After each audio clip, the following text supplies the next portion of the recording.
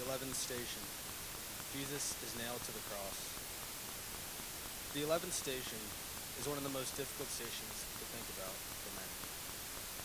When I was younger, watching the Passion of Christ and seeing Jesus get nailed to that cross, hearing the sound of the hammer striking metal and his cries of pain, I couldn't bear to watch. I turned away, overwhelmed by the violence and the sheer brutality. But I also didn't fully understand what I was seeing. Now, when I see the image of the nailed Jesus, I see arms wide open, not just in pain, but in complete surrender, in love. It doesn't make sense from a human perspective. Why would anyone, in the face of such cruelty and rejection, choose love? Why, in the face of that much pain, would someone choose obedience? Father, forgive them, for they know not what they do. Not words of anger or bitterness, but words of mercy. Jesus, being nailed to the cross, shows the cost of real love. Not the easy love that stays when things are comfortable, but the kind that stays when it hurts the most. The kind that chooses to give, even when nothing is being returned. Jesus was never forced onto that cross. He chose it. He laid himself down, stretched out his arms, and allowed himself to be nailed. This makes me think about my own life.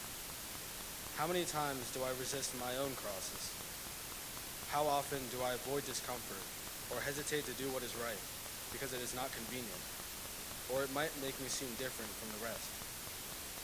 It is so easy to get caught up in the noise of the world, to brush off my faith to blend in, to compromise when things get uncomfortable.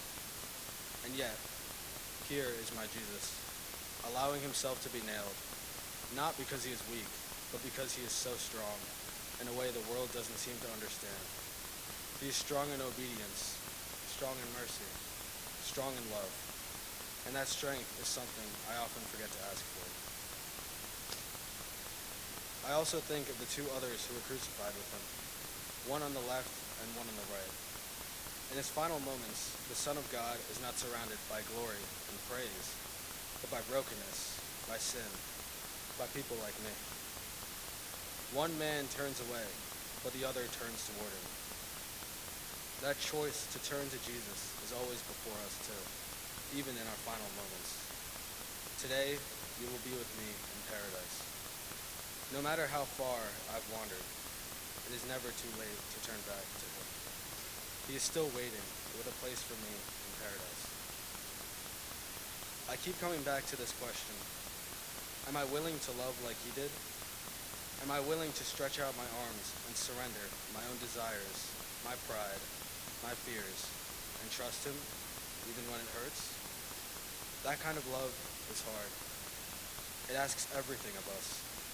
But love like that doesn't end in death, but in resurrection, redemption, and new life in paradise. Lord, help me to surrender to the will of God like you did, to trust when I don't understand, to choose obedience when it's painful, to stretch out my arms in surrender instead of holding back in fear. Help me to remember that real love is sacrificial, and that in giving myself, I'm never alone. You are with me. ലോകരക്ഷകനായ കർത്താവേ, സ്നേഹത്തിന്റെ പുതിയ